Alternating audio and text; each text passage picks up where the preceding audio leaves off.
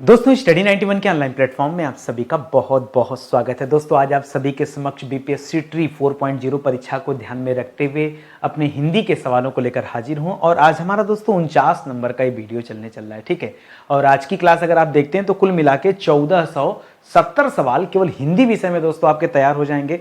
और आप चाहे किसी भी परीक्षा के लिए दोस्तों आप तैयारी कर रहे हो, अगर आप हिंदी विषय के सवालों को देखेंगे तो बहुत ही बेहतरीन सवालों पर हम चर्चा आजकल कर रहे हैं। लगभग हिंदी के सभी चैप्टर पे बातचीत हो रही है, चाहे रस, छंद, संधि, समास, अलंकार, कोई भी चैप्टर हो। ठीक है, इन सभी पे दोस्तों अपनी क्लास में हम डिस्कस कर रहे हैं। ठीक है, तो मेरी क्लास देखने के लिए अपने साथ एक कॉपी कलम लेके बैठिएगा, क्योंकि तभी आप ये जान पाएंगे कि सच में अगर यही सवाल परीक्षा में आता है तो आप क्या उन सवालों का सही जवाब दे पाते हैं या नहीं दे पाते। ठीक है, आज अगर दे देंगे तो आगे भी दे पाएंगे, आज अगर नहीं दे पाते हैं तो आगे भी दोस्तों गलती होगी। और यदि आपको लग रहा है कि हिंदी में कहीं ना कहीं मैं कमजोर हूं तो दोस्तों एक स्पेशल बैच मैंने बना रखा है जो केवल हिंदी के लिए है। बीपीएससी ट्री को ध्यान में रखते हुए ये चारों एग्जाम तो आपके ऐसे चुटकी में दोस्तों कवर हो जाएंगे, चाहे आपको पीआरटी का पेपर देना हो, मिडिल का पेपर देना हो, टीजीटी या पीजीटी का देना हो। ठीक है, इसके अलावा भारत का कोई भी एग्जाम जहां हिंदी विषय से सवाल आएगा, आगे दोबारा कभी भी आपको अलग से हिंदी पढ़ने की जरूरत नहीं पड़ेगी। ठीक है, चलिए पहले आज के सवालों को देखते हैं तो आनंद तो आ ही जाएगा आपको। ठीक है, पहला सवाल दे रहा है दोस्तों, दो चट्टानें किसकी रचना है ये आपको बताना है। ठीक है, कह रहा अमृतलाल नागर जी की रचना है या फिर हरिवंश राय बच्चन की रचना है, जैनेन्द्र कुमार की रचना है या श्रीलाल शुक्ल की रचना है या नगेंद्र जी की रचना है। ठीक है, सोच समझ के बताइएगा और किसकी रचना है। तो देखिए अमृतलाल नागर तो बिल्कुल गलत जवाब हो जाएगा। अमृतलाल नागर जी की रचना है अमृत एवं विष। क्या है दोस्तों? अमृत एवं विष। इनकी रचना का नाम क्या है? अमृत एवं विष। यह रचना दोस्तों हरिवंश राय बच्चन जी की, ये आप याद रखेंगे। बाकी जैनेन्द्र कुमार भी गलत जवाब है, श्रीलाल शुक्ल भी गलत जवाब है, नगेंद्र भी गलत जवाब है। ठीक है, अगर मैं नगेंद्र जी की बात करूं, लास्ट टाइम मैंने आपको पढ़ाया था कि नगेंद्र जी, आप बताइए नगेंद्र जी की किस रचना पर उन्हें साहित्य अकादमी पुरस्कार दिया गया था? तो अंतिम समय मैंने बताया था दोस्तों रस सिद्धांत। क्या बताया था?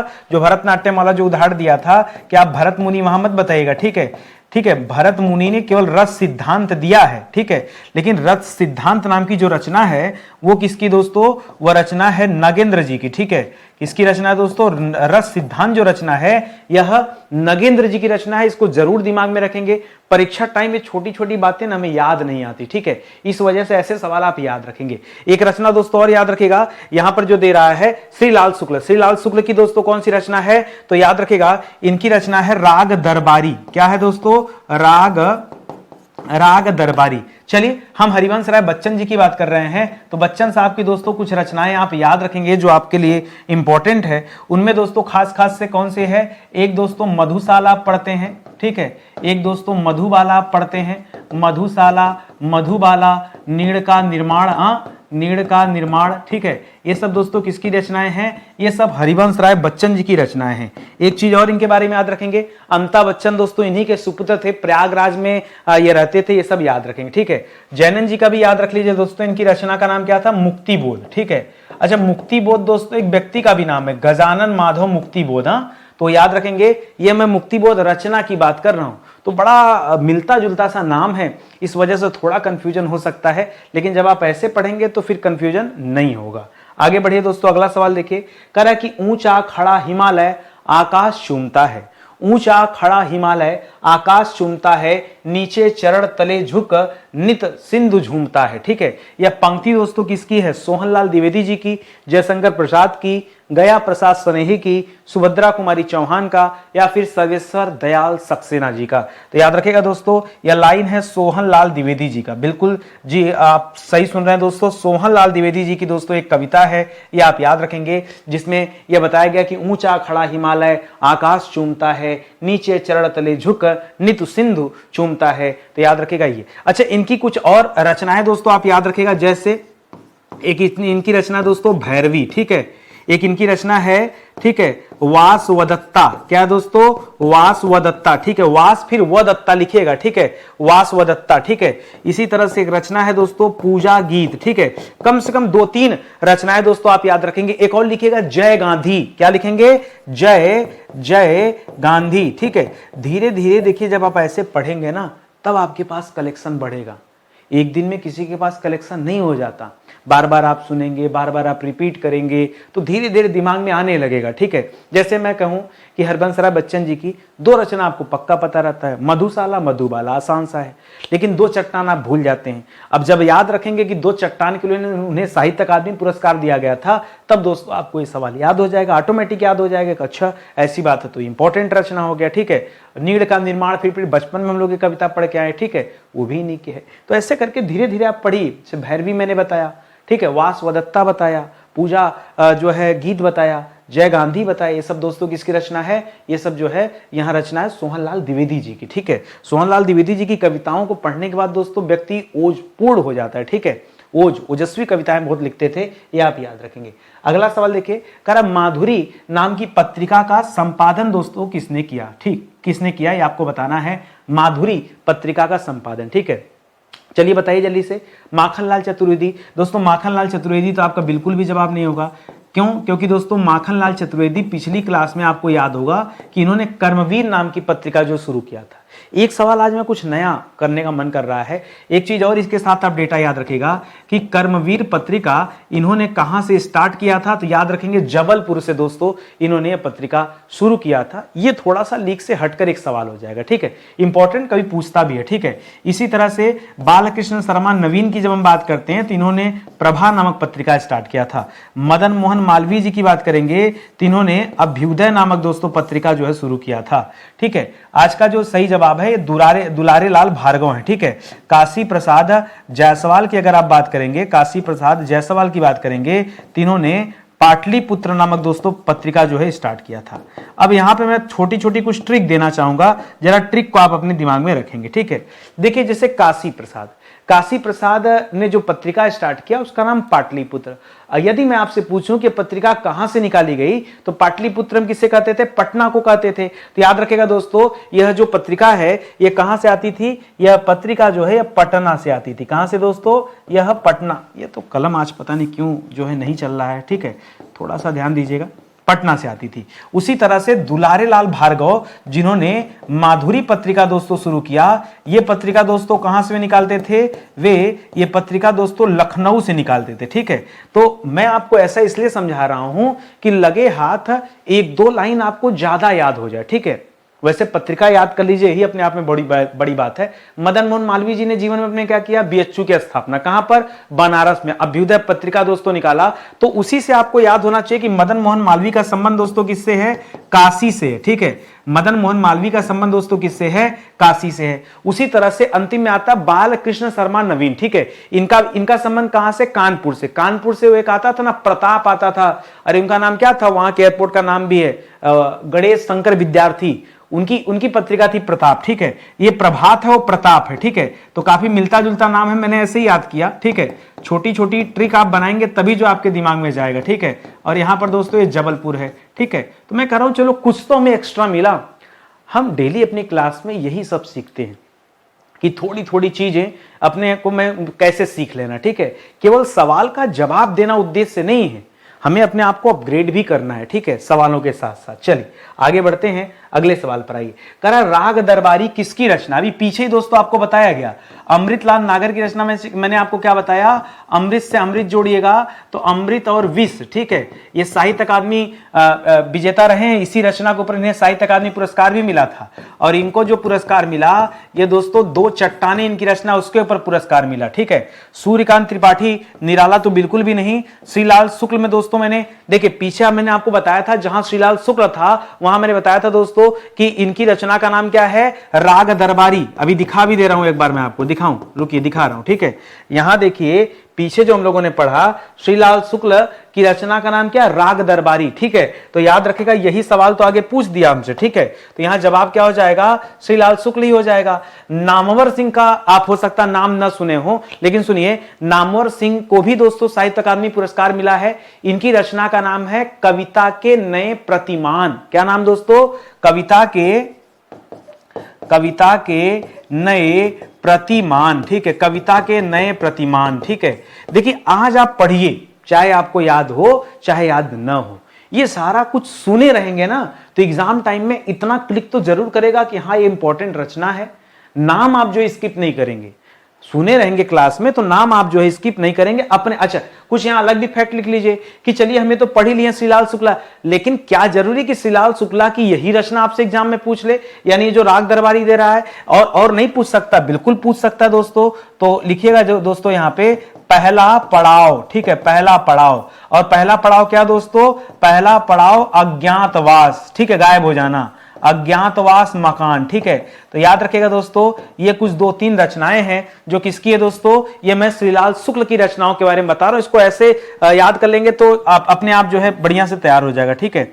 इसी तरह आदमी का जहर, ठीक है, अच्छा आदमी का जहर यहां पे मिलाइएगा, आदमी का जहर, ठीक है। अब आप कहेंगे ये कैसी रचना है, लेकिन यही नाम है, ठीक है। और एक और रचना लिखेगा, जहर पीने से फिर आदमी मर जाता है तो सीमाएं टूटती हैं, ठीक है,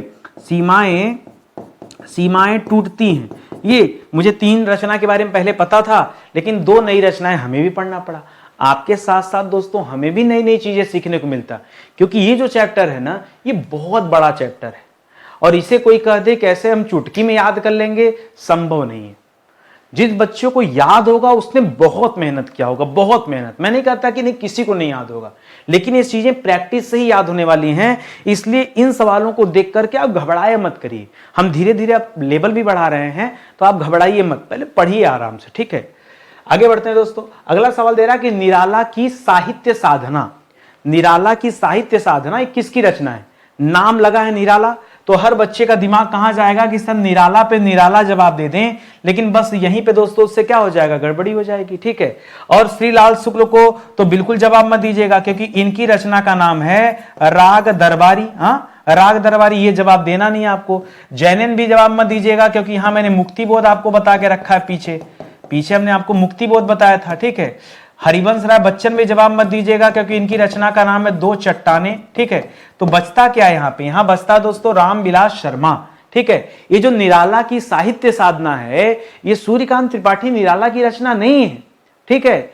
निराला की साहित्य साधना, आप याद रखिए कि भगवान राम जी निराले थे, ठीक है, उनकी साधना निराली थी, ठीक है। तो इस तरह से दोस्तों यहां रामविलास शर्मा दोस्तों आप याद रखेंगे, ठीक है।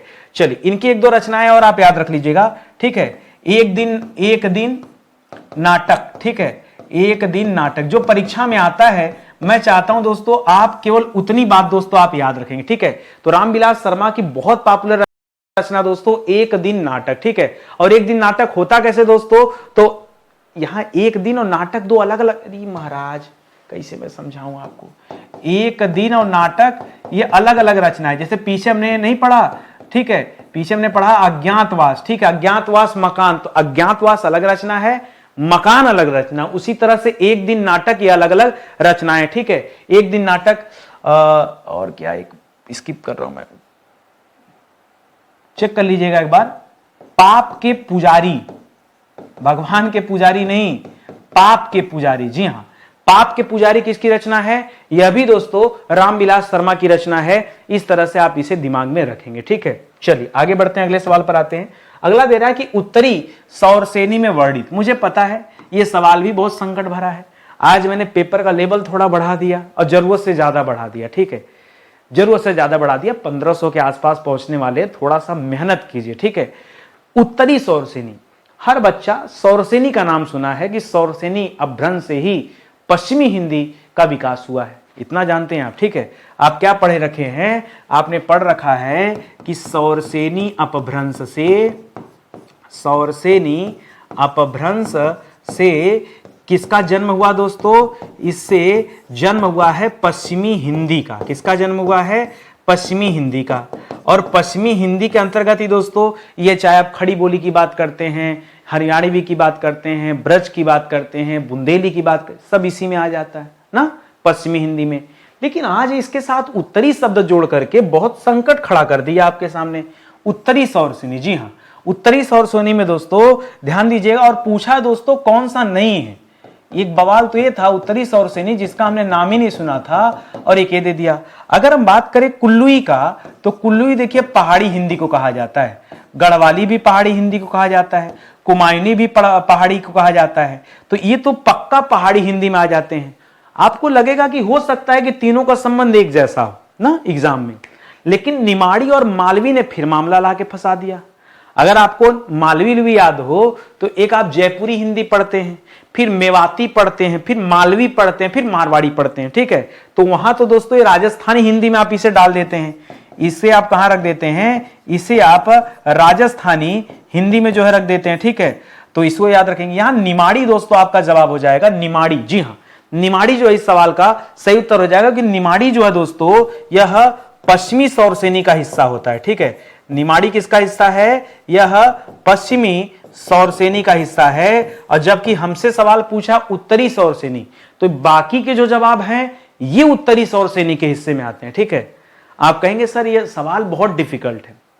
मैं आपको बताऊं, यह सवाल मैंने कक्षा 8 की किताब से बनाया है। किससे बनाया दोस्तों, ये जो सवाल है ये दोस्तों क्लास 8, ठीक है, क्लास 8 की जो बुक है एनसीईआरटी की, ठीक है, एनसीईआरटी की जो बुक है ये मैंने उससे सवाल तैयार किया है। अब आप सोच लो कि आपका स्तर क्या है, ठीक है। आप कहेंगे तो मैं आपको स्क्रीनशॉट भी पेश कर दूंगा, ठीक है। ये उस किताब का सवाल है। अब आप कहेंगे सर कैसे, आप देखिए मैं खुद ही हैरान रह गया कि क्या लेवल है सवाल का भाई, जबरदस्त लेवल, ठीक है। मुझे भी लगा सवाल बनाते समय समझ में आता ना क्या कठिन क्या आसान है। आगे देखिए, करा गली गली में दोस्तों समास कौन सा है। गली गली में समास आप ढूंढेंगे तो गली गली मतलब क्या हो जाएगा, प्रत्येक गली। गली गली का मतलब क्या हो गया, प्रत्येक गली। और यहां क्या हो जाएगा, जहां प्रत्येक गली हो गया दोस्तों तो यहां अव्ययी भाव समास होता है। क्या होता है, अव्ययी भाव समास। और यहां कहीं ऑप्शन में दिया ही नहीं गया अव्ययी भाव समास, ठीक है। अव्ययी क्योंकि पहला पद अव्यय होता है, ठीक है। तो याद रखेंगे यहां तत्पुरुष तो बिल्कुल नहीं होगा, कर्मधारय भी नहीं। ज्यादातर बच्चा द्वंद करेगा लेकिन ये गलत है, इनमें से कोई नहीं कीजिए दोस्तों। क्यों, अव्ययी भाव जो ऑप्शन में नहीं दिया है तो जबरदस्ती कुछ थोड़े कर देंगे। उस हिसाब से ऑप्शन नंबर ई दोस्तों यहां पर क्या होगा, सही उत्तर होगा। करा हरियाणवी क्या है, करा हरियाणवी राज्य का नाम है, नहीं हरियाणवी नहीं, राज्य का नाम तो हरियाणा है। और हरियाणवी कोई भाषा भी नहीं है, ठीक है। हरियाणवी बोली का नाम है, लिपि नहीं। जी हां, लिपि तो दोस्तों देवनागरी ही है, ठीक है। लिपि जो है वो देवनागरी ही है। हरियाणवी जो है दोस्तों इसे हम क्या बुलाते हैं, इसे हम बोली मानते हैं। हरियाणवी क्या है, एक तरह की बोली है। ये आप जो है ध्यान में रखेंगे, कंफ्यूजन में मत रहेगा। और हरियाणवी बोली का विकास दोस्तों किससे हुआ है, विकास तो याद रखेगा इसका विकास सौरसेनी अपभ्रंश से हुआ है, सौरसेनी अपभ्रंश से हुआ है। और सौरसेनी अपभ्रंश के तहत पश्चिमी हिंदी के अंतर्गत दोस्तों ये आता है। किसके अंतर्गत आता है, पश्चिमी हिंदी के अंतर्गत दोस्तों ये हरियाणवी आता है। इसे आप अपने दिमाग में रखेंगे, कोई दिक्कत नहीं ना। ऐसे ऐसे सवाल दोस्तों आप याद रखिएगा, बहुत इंपॉर्टेंट, बहुत क्रीम चीजें मैं आपको पढ़ा रहा हूं, ठीक है।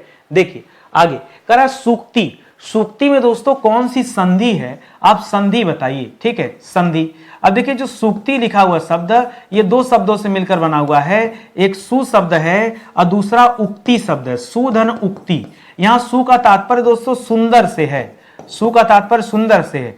उक्ति मतलब कथन, ठीक है। जो सुंदर कथन हो उसे सूक्ति कहते हैं। लेकिन सु पे दोस्तों जो मात्रा दिया है, यहां पे जो सु दे दिया, क्या दे दिया दोस्तों, ये जो सु दे दिया, सु पे मात्रा छोटा ऊ का। और यहां उक्ति में दोस्तों जो मात्रा दिया है, उक्ति में भी दोस्तों यहां छोटा ऊ है। छोटा ऊ और छोटा ऊ मिलकर बड़ा ऊ बन गए। इसीलिए दोस्तों आप यहां पे देख रहे हैं बड़ा ऊ की मात्रा है, ठीक है।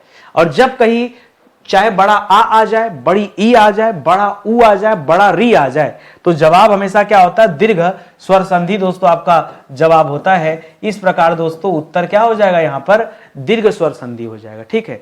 समझ में आ रहा है ना, मैंने क्या क्या आप समझाया था, यहां लिख लीजिए। चाहे बड़ा आ जाए, चाहे बड़ी ई आ जाए, चाहे बड़ा ऊ आ जाए, चाहे बड़ा री आ जाए, ठीक है। क्या आ जाए, री आ जाए, ठीक है। तो दोस्तों जवाब क्या हो जाएगा, चाहे बड़ी री आ जाए, ठीक है, ऐसे, ठीक है। चाहे बड़ी री आ जाए, री में से दो बार बना होता है, ठीक है, ऐसे करके, ठीक है। तो दोस्तों आपका जवाब क्या हो जाएगा, दीर्घ स्वर संधि जवाब हो जाएगा। इसे आप अपने दिमाग में रखिएगा। आगे बढ़िए, कर चारु चंद्र की चंचल किरणें। देखिए बार बार च आ रहा है, चारु में च, चंद्र में च, चंचल किरणें च, ठीक है। खेल रही थी जल थल में। इस वाक्य में कौन सा अलंकार है, कभी भी अगर वर्ण की आवृत्ति हो रही, वर्ण मतलब अक्षर, ठीक है, तो हमेशा उत्तर क्या हो जाएगा, अनुप्रास अलंकार होगा। अगर वर्ड की आवृत्ति कहीं पर आपको नजर आए तो हमेशा उत्तर क्या हो जाएगा, अनुप्रास अलंकार होगा। बस सीधे मुद्दे की बात करो। और जब शब्द की आवृत्ति हो जाए और अर्थ भिन्न भिन्न हो जाए तब दोस्तों क्या हो जाएगा, तब वहां पे यमक अलंकार आ जाएगा। ठीक है, इस तरह से भी याद रखेंगे। करा पिताजी अंदर बैठे हैं, इस पंक्ति में प्रयोग हुआ है। क्या प्रयोग है, करा कालवाचक, कोई समय तो दर्शा नहीं रहा है, रीतिवाचक, स्थानवाचक, परिमाणवाचक या गुणवाचक, वो भी क्रिया विशेषण। पहली बात तो गुणवाचक कोई क्रिया विशेषण का भेद ही नहीं होता है। क्रिया विशेषण के यही 4 भेद होते हैं, कालवाचक, रीतिवाचक, स्थानवाचक और परिमाणवाचक। परिमाणवाचक दोस्तों हमेशा माप तौल जब हो तब दोस्तों यूज किया जाता है, सिर्फ बहुत ज्यादा कम इसके लिए। ठीक है, स्थानवाचक यहां हो जाएगा दोस्तों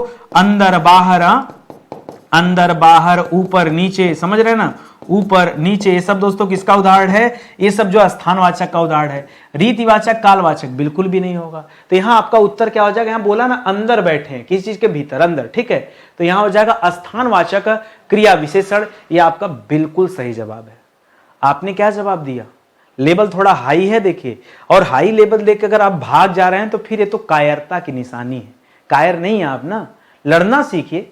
सवाल आता है नहीं आता है क्या फर्क पड़ता है। ठीक है भाई, सुनेंगे तो कुछ सीखेंगे, कुछ नई चीजें मिलेंगी।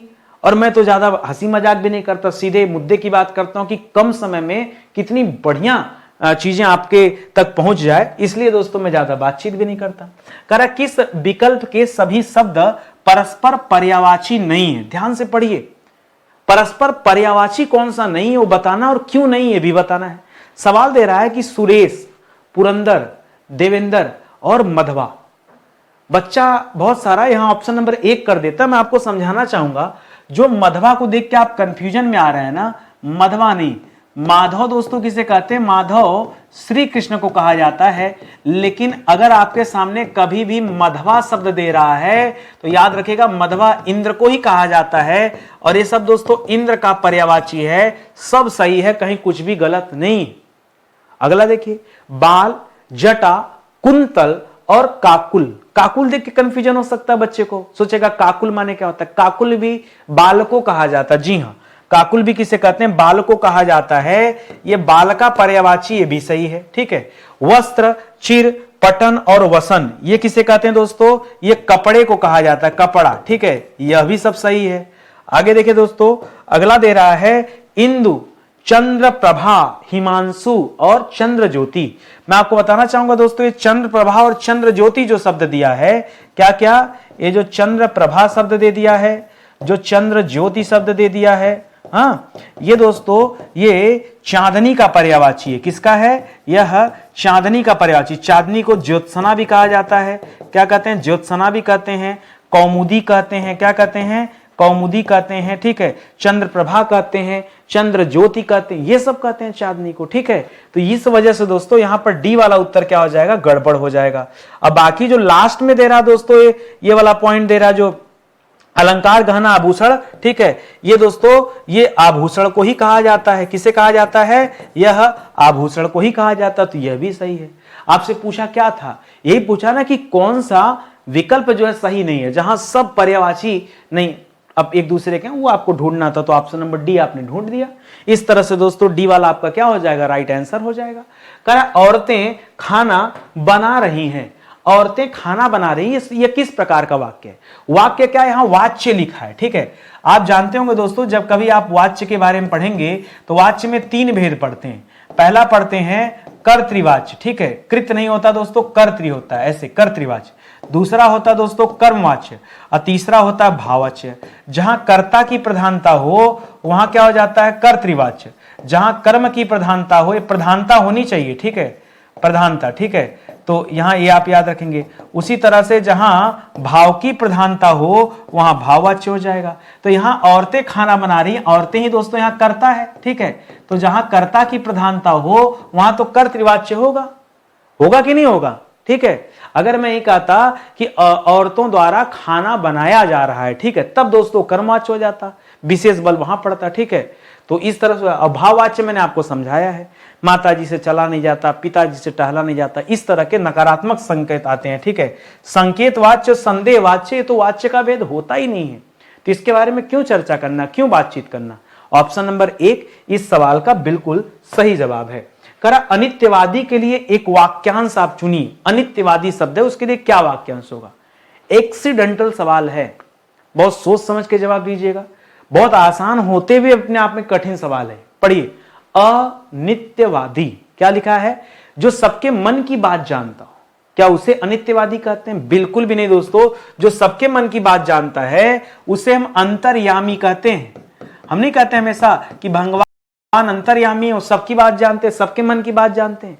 दूसरा कह रहा है जिसे किसी बात का पता न हो उसे क्या कहते हैं? उसे अनभिज्ञ कहते हैं। क्या कहते हैं? उसे किसी बात की जानकारी नहीं, अनभिज्ञ है। ठीक है, अनभिज्ञ है। करा जो बिना सोचे समझे अनुगमन करे उसे कहते हैं अंधानुगमन। क्या कहते हैं? अंधानुगमन। ठीक है, अनहरा के चलना अता पता के बिना। वह सिद्धांत जो हर वस्तु को नश्वर मानता हो उसे अनित्यवादी कहते हैं। सही हो जाएगा। हमेशा झूठ बोलने वाला है तो गलत है, झूठा बोलेंगे उसे। जो बहुत झूठ बोलता है झूठा है, और क्या है उसके लिए क्या शब्द हो जाएगा? तो इसको आप याद रखेंगे। तो यहां पर क्या हो जाएगा? ऑप्शन नंबर डी जो है आपका सही उत्तर हो जाएगा। थोड़ा सा लीक से हटकर सवाल था। ऐसे सवाल भी दोस्तों परीक्षा में बनते रहते हैं, ध्यान देंगे। करा दोहा छंद में कितनी मात्राएं होती हैं? देखिए, जब आपसे दोहा के बारे में पूछा तो कुछ बातें आप याद रखिए। पहली बात, दोहा जो होता दोस्तों यह अर्ध सम मात्रिक छंद होता है। पहले तो आप याद रखेंगे, ठीक है, पहली बात। दूसरी बात याद रखेंगे, अगर आप इनमें मात्राओं की बात कर रहे हैं, ठीक है, कि कितनी मात्राएं होती हैं, मात्राएं, ठीक है, कितनी मात्राएं होती है, अगर आप इसकी बात कर रहे हैं तो याद रखेगा 11 और 13 पर यति पाया जाता है। कहने का मतलब पहला, प्रथम और तृतीय पद जो होता है उसमें 13 मात्राएं होती हैं। द्वितीय और चतुर्थ पद जो होता है यानी ये विषम पद होता है। क्या होता है? इसे हम विषम पद कहते हैं, ठीक है। और द्वितीय और चतुर्थ पद जो होता है यानी दूसरा प्लस चौथा पद जो होता है चतुर्थ पद, ठीक है, चतुर्थ, ठीक है, चतुर्थ पद होता है, इसे हम सम पद कहते हैं। क्या कहते हैं? सम पद, ठीक है। तो याद रखेंगे। तो यहां तो ऐसा कुछ दिया नहीं, तो कुल कितनी मात्रा हो जाएंगी? 13 और 11 हो जाएगा 24। जब कुछ नहीं दिया तो आप 24 बताइए। अगर बोलता सम पद, विषम पद, पहला, तीसरा, दूसरा, चौथा, तो उस हिसाब से हम चूज करते 11 13 में से ना। लेकिन जब कुछ नहीं दिया तो भाव तो क्या है? भाव सीधा से है कि भाई कुल पदों का देखना है। और छंद की खासियत होती है कि छंद में हमेशा 4 चरण होते हैं। कितने होते हैं? फिक्स है, कम से कम तो 4 होंगे, ठीक है। तो याद रखेगा, उसी तरह से यहां हो जाएगा। तो कितना होता है दोस्तों? याद रखेंगे कुल मिला के 24, ठीक है। और पूरा दोहा उठाएंगे तो 24 का 2 गुना 48, पूरा एक लाइन में तो ये दिया है ना। उस हिसाब से देखेंगे तो कुल 24 का 2 गुना कर देंगे, गुणे 2, तो पूरा कितना हो जाएगा? 48 हो जाएगा, 48 में चला जाएगा, ठीक है। तो 48, 24 दूना 48। खैर इसको छोड़िए, 24 अपना जवाब दीजिए, क्या दिक्कत है। आगे बढ़िए, अगले सवाल पर आइए। कर मिथ्या आडंबर। मिथ्या आडंबर के संदर्भ में आपको लोकोक्ति ढूंढना है, लोगों द्वारा कही गई उक्ति। ये भी अपने आप में बहुत खतरनाक सवाल है, पहले पढ़िए फिर जवाब दीजिए। कर छटाक चून चौबेरे रसोई, या मुंह छोटा मुंह बड़ी बात, या फिर छीके कोई नाक कटावे कोई, या छछुंदर के सिर में चमेली का तेल। क्या पूछा? मिथ्या आडंबर। मिथ्या आडंबर मतलब होता है झूठा दिखावा। इसका मतलब क्या होता है? इसका मतलब होता है झूठा दिखावा, ठीक है, झूठा दिखावा, ठीक है, ये होता है। और यहां आपका जवाब होगा छटाक चून चौबेर रसोई। आपने नहीं पढ़ा कभी, आपने नहीं सुना कभी, ठीक है। ज्यादातर लोग 99% लोग के लिए नया सवाल है और मैं चाहता हूं कि आप नए सवाल जानिए। इसी तरह होता है सब्ज बाग दिखाना, यानी झूठा दिखावा, ठीक है। सब्ज बाग दिखावा एक आप पढ़ते हैं, मुहावरा पढ़ते हैं, क्या पढ़ते हैं? सब्ज बाग दिखाना, ठीक है, सब्ज बाग दिखाना। उसका मतलब भी क्या होता है दोस्तों? झूठा दिखावा होता है। याद रखेंगे कि ये मुहावरा है, लोकोक्ति में आ जाएगा दोस्तों छटाक चून चौबेर रसोई, ये आप याद रखेंगे। करेक्ट। कई बैंक के कर्मचारियों ने प्रदर्शन किया। कई बैंक के नहीं दोस्तों, बैंक के कई कर्मचारियों ने, कई यहां नहीं, यहां होना चाहिए। तो इस वजह से दोस्तों यहां पद क्रम का दोष होगा, ठीक है। क्या होगा? यहां क्या होना चाहिए था? यहां होना चाहिए था कि बैंक के कई, ठीक है, कई, नीचे लिख देता हूं, बैंक के कई कर्मचारियों, ठीक है, कर्मचारियों ने प्रदर्शन किया, ये होना चाहिए दोस्तों। तो इस हिसाब से दोस्तों कई यहां पे आना चाहिए, कर्मचारी कई, बैंक के साथ नहीं। तो यहां पद क्रम का दोष है। पद क्रम के दोष में दोस्तों खाली कोई शब्द उठा के इधर उधर कर देंगे तो सवाल सही हो जाता है, इसलिए कहा जा रहा है कि उसका पद जो है ठीक ढंग से नहीं लिखा था, उसे आप सही कर लीजिए।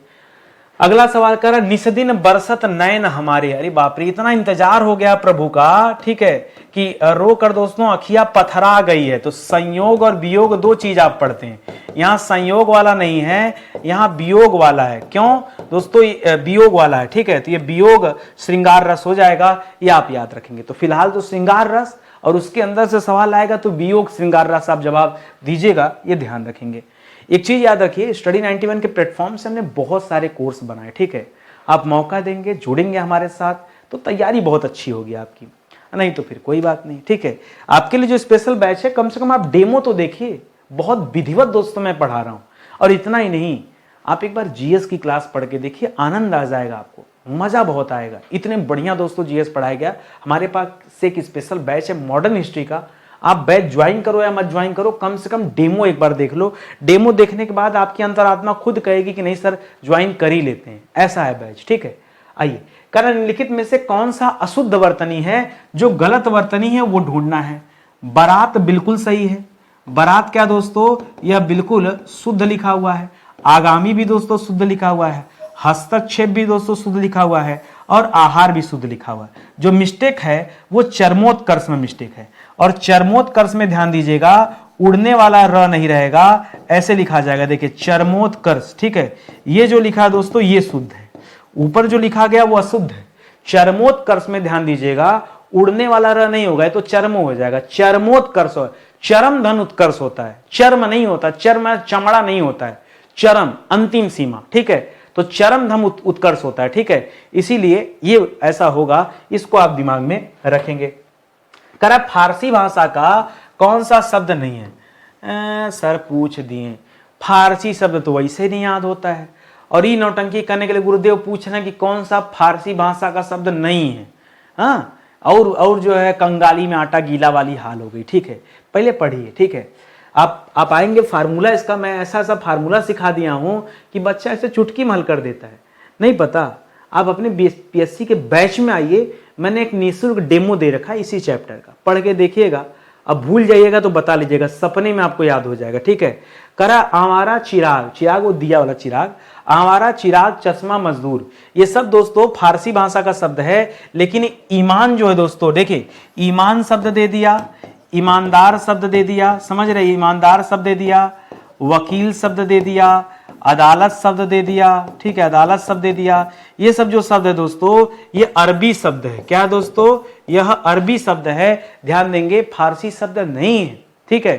चाहे ईमान दे दिया, चाहे ईमान भी ले लीजिए और इनाम भी ले लीजिएगा। क्या, इनाम, ठीक है, इनाम, यह भी दोस्तों किस भाषा का है, अरबी भाषा का शब्द है। इसको आप थोड़ा सा यहाँ पे ध्यान रखेंगे तो यहाँ ई वाला उत्तर दोस्तों सही हो जाएगा।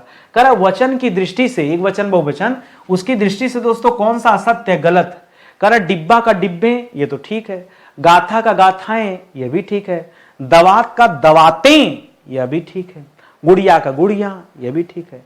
मित्र का मित्रों, मोदी जी कहते हैं ना, अरे मित्रों, अरे मित्रों नहीं होता भैया, मित्रों नहीं, फिर क्या सर, मित्र का बहुवचन क्या होता। अरे इतने सारे दोस्त यार आपके, पूरा यह भी दोस्तों फ्रेंड लिस्ट से पटा हुआ, और आप कह रहे हैं कि मित्र का बहुवचन नहीं पता, क्या बात कर रहे हैं। इसका बहुवचन का जवाब आप ही देंगे, कमेंट करके आपको बताना है कि मित्र का बहुवचन क्या है। भैया फेसबुक की आज इज्जत की बात है, ठीक है, तो आप तुरंत जो है इसका जवाब आप दीजिए, ठीक है। आगे देखिए, करा बेंत, बेंत का दोस्तों तत्सम बताना। तत्सम माने वे शब्द जो संस्कृत भाषा से लिए गए शब्द हैं उन्हें कहा जाता है। करा बेंत, बेंत में क्या हो जाएगा, बेंत नहीं होता है, बेंत का वेत्र हो जाता है। बेंत्री मत कीजिएगा दोस्तों, बेंत का बेत्र हो जाता है, ये आप ध्यान देंगे। तो ऑप्शन नंबर बी करिएगा, बहुत सारा बच्चा डी करता, ना बेंत का बेंत्र हो जाएगा, ये आप याद रखेंगे, ठीक है। बहुत बढ़िया सवाल ये भी है।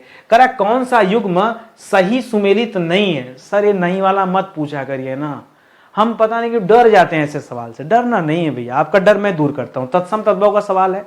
ओझा, ओझा के लिए उपाध्याय होता तत्सम। कपास के लिए करपट नहीं, गड़बड़ कर दिया, ठीक है। देखिए करपट दोस्तों किसे कहते हैं, करपट कपड़ा को कहते हैं। इसी तरह कपाट जो होता है, कपाट शब्द किवाड़ को कहते हैं। किसे कहते हैं? किवाड़ को। और करपास एक शब्द आता है, यह कपास को कहते हैं। ठीक है। कर्पूर शब्द होता है, यह कपूर को कहते हैं। परपट शब्द होता है, यह पापड़ को कहते हैं। खरपट शब्द होता है, खरपर, यह खपड़ा को कहते हैं। एक जैसा नाम है। ठीक है। इस तरह से दोस्तों आप याद रखेंगे। ठीक है। तो यहां पर क्या हो जाएगा, यही वाला गलत लिखा है। ठीक है, ये वाला गलत लिखा है। बाकी केला, कदली, पसीना, प्रस्विन और सब सही लिखा हुआ है। बस मिस्टेक दोस्तों यहीं पे था, मैंने इतना दे दिया आपको। ऐसे सवालों में कंफ्यूजन होता है। ठीक है। तो इसको थोड़ा सा ध्यान में रखेंगे। करा निम्न में से किन शब्दों में क्रमशः ईला प्रत्यय है, एल प्रत्यय है और आवना प्रत्यय है? प्रत्यय हमेशा कहां लगता है दोस्तों? यह तो शब्द के अंत में लगता है गुरुदेव। ठीक है। तो देखिए, बचपन में पन प्रत्यय होगा तो वही नहीं। गुणवान में वान प्रत्यय हो जाएगा। बचपन में पन, गुणवान में वान। लिखावट में वट प्रत्यय हो जाएगा, ये भी नहीं। पथरीला में ईला प्रत्यय हो जाएगा, देखिए ईला दिख रहा है। खपड़ैल में ऐल प्रत्यय हो जाएगा। लुभावना में आवना प्रत्यय हो जाएगा। तो ये तो बहुत आसान सवाल भैया। ये जितना आपको हाई फाई सवाल दिख रहा है, ऐसा कुछ था ही नहीं, तो दिमाग ही नहीं लगाना इसमें। लेकिन अब क्या, इतना बवंडर देख करके बच्चा एग्जाम में पहले ही छोड़ देता है। कई बार ऐसा होता है, कभी बहुत बड़ा लिखा हुआ छोड़ दो। क्यों छोड़ दिए भाई? कोई कारण होना चाहिए। हाँ, ऐसे ही छोड़ दे रहे हैं आप। आगे देखिए, करा इनको तार्किक क्रम में आपको व्यवस्थित करना है। करा पुलिस ने चोर को पकड़ा, चोर ने दुकान में चोरी की, पुलिस ने चोर का पीछा किया, दुकानदार ने पुलिस को सूचना दिया, दुकानदार ने दुकान बंद की। ठीक है। अब देखिए कौन सी घटना पहले घटी होगी। देखिए, पुलिस ने जो चोर को पकड़ा होगा, ये अंतिम बात होगा। यानी अंतिम में दोस्तों एक आना चाहिए पीछे में। तो जहां पीछे 5 दिया है, इधर उधर दिया है, वो तो आप क्या करेंगे, तुरंत सोचेंगे गलत कर दें। ऐसा दिमाग में आएगा कि अंतिम में चोर को पकड़ा गया होगा तो सर ऐसा कर लें। अरे मैं कह रहा हूं, छोड़ो मेरे भाई, कहां आप गड़बड़ी कर रहे हैं? ऐसे नहीं काम चलेगा। शुरू से पढ़ा करिए, पीछे वाला बाद में देखिए। ठीक है। अंततः उत्तर दिया रहता तब कंफर्म होता कि लास्ट में होगा। पहले शुरू से आप सवाल को सेट कीजिए। पहले क्या होगा दोस्तों, पहले हुआ होगा दुकानदार को पता चला होगा तो दुकानदार ने पुलिस को सूचना दिया होगा। पहले सूचना देने का काम हुआ होगा, पहले सूचना दिया होगा। फिर क्या हुआ होगा दोस्तों? ठीक है, नहीं, पुलिस ने दुकानदार को सूचना दी नहीं। चोर ने दुकान में चोरी किया, पहले चोरी करवाइए। फिर क्या हुआ होगा? चोरी क्यों? पहले दुकानदार दुकान बंद किया होगा, बंद करके वो घर गया। घर जाने के बाद चोर ने दुकान में क्या कर लिया? चोर आया होगा, चोरी कर लिया होगा। फिर दुकानदार को पता चला होगा, तो दुकानदार जब अगले दिन सुबह दुकान खोलेगा तो उसे चोरी के बारे में पता चला होगा। तब उसने पुलिस को सूचना दिया होगा, पुलिस को। ठीक है। फिर पुलिस ने चोर का पीछा किया होगा कि क्या क्या सुराग है उसको देखते हैं। तब यहां पुलिस ने क्या किया होगा? पीछा किया होगा। और अंतिम में पुलिस ने क्या किया होगा? चोर को पकड़ लिया होगा। यही किया होगा ना? बस। तो यहां 5 2 4 3 1, 5 2 4 3 1, यानी ऑप्शन नंबर बी है आपका सही जवाब। बहुत ध्यान से पढ़ना है। कई बार ऐसा लगेगा कि नहीं ये वाला पहले होगा, वो वाला पहले होगा। अरे भाई, हम लोग कंप्यूटर तो है नहीं, पढ़ना तो पड़ेगा ना, सोचना तो पड़ेगा ना। और घटनाएं एक आइडिया देता है सवाल। आप प्रैक्टिस करते धीरे धीरे प्रैक्टिस करते ऐसे सवालों का आइडिया आपके दिमाग में आ जाएगा कि हमको क्या जवाब जो है देना चाहिए। जिस भैया ने हमें ये बताया था कमेंट में कि सर एनसीईआरटी की पुस्तकों को आधार बनाकर गद्यांश कराइए, उनका बहुत बहुत धन्यवाद। ठीक है, नाम तो मुझे नहीं याद है। ठीक है, लेकिन जिन्होंने भी किया था उनका बहुत बहुत धन्यवाद, क्योंकि एनसीईआरटी से बड़ा मजा आ रहा है गद्यांश, और एक से बढ़कर एक गद्यांश मिल रहा है। आज मैंने जो गद्यांश चुना, ये मैंने इतिहास विशेष चुना, इतिहास से। और देखिए कितना गजब का गद्यांश है, बड़ा बढ़िया सवाल है। लेकिन पहले सवाल देखते हैं, फिर गद्यांश पे आते हैं। सवाल दे रहा दोस्तों कि सिंधु घाटी की सभ्यता के लोग किस चीज के लिए जाने जाते थे? खेती के लिए, शिकार के लिए, नगर नियोजन के लिए, संगीत के लिए, चित्रकला के लिए। वैसे तो नगर नियोजन के लिए जाने जाते थे। ठीक है भाई, सड़कें जो है एकदम चौकोर पर काटती थी, ग्रिड पद्धति पे पूरा शहर बसा था, तो नगर नियोजन तो गजब का ही था अगर आप पढ़े होंगे। लेकिन हम लोग यहाँ गद्यांश पढ़ते हैं। करा भारत प्राचीन सभ्यताओं का घर रहा है। सिंधु घाटी सभ्यता तो मानव इतिहास की सबसे विकसित सभ्यताओं में से एक थी। इस सभ्यता के लोग नगरों में रहते थे। उस जमाने में नगर सिंधु घाटी के बाद वैदिक सभ्यता आई है और वो ग्रामीण सभ्यता थी। नगरी सभ्यता पहले मिला है इतिहास में, ग्रामीण सभ्यता बाद में मिली है। सोचिए कैसी विडंबना है, और यही सत्य भी है। कार्बन 14 विधि से यह बात जाहिर हुआ है कि यही सत्य है, ठीक है। तो याद रखिएगा, यहां लोग नगरों में रहते थे, उनके पास विकसित नगर नियोजन प्रणाली थी। उन्होंने ईंटों से मकान बनाए, सड़कें बनाई, कुएं खोदे। सिंधु घाटी के लोग व्यापार करते थे, विभिन्न प्रकार के हस्तशिल्प बनाते थे। आर्यों के आगमन के साथ भारत में वैदिक सभ्यता का उदय हुआ। वैदिक सभ्यता में ऋग्वेद, यजुर्वेद, सामवेद, अथर्ववेद जैसे 4 वेदों की रचना हुई। इन वेदों में धर्म, दर्शन और समाज के बारे में विस्तृत जानकारी मिलती है। वैदिक काल में लोग कृषि करते थे, जबकि सिंधु घाटी सभ्यता में लोग व्यापार करते थे। कितना बड़ा अंतर है। करा है, यहां लोग पशु पालते थे, यज्ञ करते थे। मौर्य साम्राज्य भारत का एक शक्तिशाली साम्राज्य था। अशोक महान इस साम्राज्य के सबसे प्रसिद्ध शासक थे। अशोक ने बौद्ध धर्म अपनाया और धर्म के प्रचार के लिए अनेक स्तंभों और शिलालेखों का निर्माण करा। ये तो ओवरऑल पढ़ने के बाद अब कौन कौन सा जवाब आपको मिलता है। करा वैदिक सभ्यता में किसकी रचना हुई, करा रामायण महाभारत, नहीं, ये सब बहुत बाद में आए, ठीक है। पुराण उपनिषद नहीं, वेद की रचना हुई। और याद रखेगा, वेद में सबसे पुराना वेद है ऋग्वेद, ठीक है, ये सर्वाधिक पुराना है, ठीक है। उसके बाद दोस्तों यजुर्वेद, ठीक है, यजुर्वेद, ठीक है। उसके बाद दोस्तों सामवेद, और अंतिम में दोस्तों अथर्ववेद। क्या है, अथर्ववेद। मैं एक दो फैक्ट दे देता हूं, ऊपर के 3 वेद को वेद त्रयी कहा जाता है, और इसमें से जो यजुर्वेद है दोस्तों, जो यजुर्वेद है यह गद्य और पद्य दोनों में है, गद्य प्लस पद्य दोनों में है। यह भी आप याद रखेंगे। हाँ, बहुत अच्छा सवाल, कर्मकांड वगैरह दिया हुआ है तो आप याद रखेंगे। कह रहा मौर्य साम्राज्य भारत का सबसे शक्तिशाली साम्राज्य था। उसका शासक कौन था। चंद्रगुप्त मौर्य तो थे ही, बिंदुसार भी थे। देखिए यहां पे मैं बताता हूं, अशोक, अगर मैं सबसे पहले बात करूं दोस्तों तो सबसे पहले चंद्रगुप्त मौर्य का नाम आता है, ठीक है, चंद्रगुप्त मौर्य। इन्होंने घनानंद को हरा करके, जो नंद वंश का शासक था घनानंद, जिसने चाणक्य की बेइज्जती किया था, उनको पराजित करके मौर्य वंश की नींव डाली। इनके पुत्र का नाम था दोस्तों बिंदुसार। क्या नाम था दोस्तों, बिंदुसार, ठीक है। अच्छा, चंद्रगुप्त मौर्य दोस्तों याद रखेगा जैन धर्म के अनुयायी थे। इन्होंने अपने जीवन के अंतिम समय में संलेखना विधि से प्राण त्याग दिया। किससे दोस्तों, संलेखना विधि ना, संलेखना विधि से दोस्तों इन्होंने अपना क्या किया था, प्राण त्यागा था, ठीक है, प्राण त्याग दिया था, ठीक है, जो कि जैन धर्म को मानते थे। इनके जो पुत्र थे बिंदुसार, ठीक है, ये दोस्तों ये आजीवक संप्रदाय को मानते थे। किसको मानते थे, आजीवक संप्रदाय को दोस्तों ये मानते थे। और आजीवक संप्रदाय की स्थापना किया था मक्खली गोसाल ने, ठीक है, मक्खली पुत्र गोसाल, ठीक है, मक्खली पुत्र गोसाल जी ने दोस्तों इसकी स्थापना किया था। छोटे छोटे फैक्ट याद रखो ना। आप ही तो कहते हो कि सर स्टैटिक जीके का सवाल जोड़िए।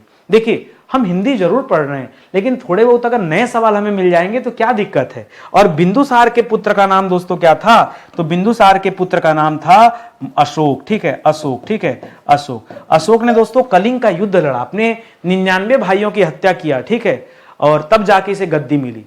कलिंग के युद्ध के बाद इन्हें जो है ज्ञान प्राप्ति हुआ कि हमको ऐसा नहीं करना चाहिए। उसके बाद से रक्तपात हमेशा हमेशा के लिए बंद। और फिर तमाम तरह के दोस्तों शिलालेख इन्होंने जारी किए और लोगों को बताया कि लोग धम्म की नीति का पालन करें।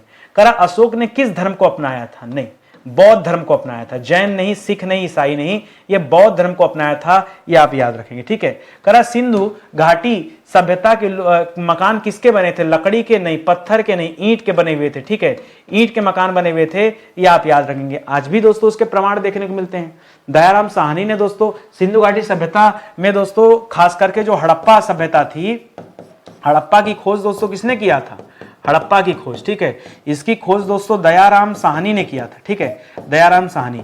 खोज क्या, खोज तो दोस्तों जब वहां पे रेलवे ट्रैक बिछाया जा रहा था तो वहां के मजदूर लगे ईंटा उखाड़ के लाए, तब पता चला कि यहाँ कोई विकसित सभ्यता थी।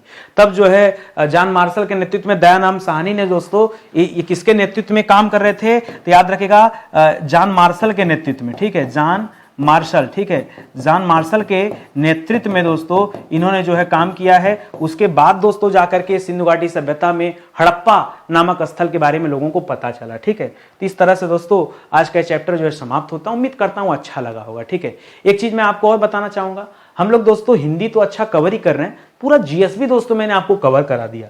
पूरे जीएस में दोस्तों बहुत सारे विषय मैंने पढ़ा दिए, पूरी हिस्ट्री दोस्तों मैंने आपको 3 पार्ट में पढ़ा दिया, एंशिएंट, मिडावल, मॉडर्न। कितने कितने लेक्चर में कैसे कैसे एक प्लान दे रहा हूं दोस्तों। 45 लेक्चर में इसको पढ़ाया, पूरी फ्री की बात कर रहा हूं, पैसा नहीं, ठीक है। 46 से 91 में इसको पढ़ाया, 92 से 150 में मॉडर्न को पढ़ाया। ये दोस्तों हिस्ट्री हो गया। इसी तरह से संविधान मैंने कुल मिला के 80 लेक्चर में आपको पढ़ाया, ये भी कंप्लीट हो गया। 231 से लेकर 330 तक में पूरे 100 लेक्चर में जियोग्राफी मैंने पढ़ा दिया, ये भी कंप्लीट हो गया।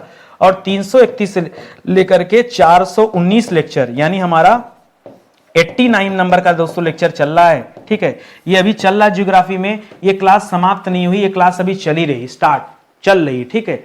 तो समझिए 419 लेक्चर मायने रखता है। इतना लेक्चर दोस्तों YouTube पे फ्री में दिया गया है। तो आप चाहे किसी भी परीक्षा की तैयारी कर रहे हो, किसी भी कोचिंग से पढ़ रहे हो, ऑनलाइन ऑफलाइन चाहे जैसे पढ़ रहे हैं, लेकिन सवाल आपको आना चाहिए। आप एक बार आओ, पढ़ो क्लास को, फिर आप जानेंगे कि नहीं किस चैप्टर में कितनी चीजें पढ़नी चाहिए मैं, ठीक है। तो अपने आप समझ में आएगा। जो बच्चे नए हैं आप ये एप्लीकेशन डाउनलोड कर लीजिए, स्टडी 91 ऑफिशियल। उसके बाद दोस्तों यहाँ से जो है आप ज्वाइन कीजिए, ठीक है। हमारी क्लास ज्वाइन कीजिए, पेड कोर्सेज में आएंगे, बहुत बेहतरीन बेहतरीन क्लासेज आपको मिलेगी। घबराइए मत, बहुत कम दाम पे है और क्वालिटी एजुकेशन देने के लिए हम लोग जाने जाते हैं। ऐसा नहीं कि ढेर सारे बैच लॉन्च कर दी हो अल्लाह करके, नहीं, बहुत शांतिपूर्ण तरीके से काम करते हैं। केवल उतना काम करते हैं जहां लगता है कि नहीं बच्चों का हाथ थाम के हम उनको सफल करा सकते हैं, उतनी जिम्मेदारी हम उठाते हैं, उससे ज्यादा जिम्मेदारी नहीं, ठीक है। यहीं के अब क्लास यहीं समाप्त होता है। मिलते हैं दोस्तों अगले लेक्चर में। लाइक कमेंट आप जरूर कीजिएगा, इंतजार रहेगा मुझे। बहुत बहुत धन्यवाद आप सभी का। जय हिंद, जय Bharat. Thank you so much.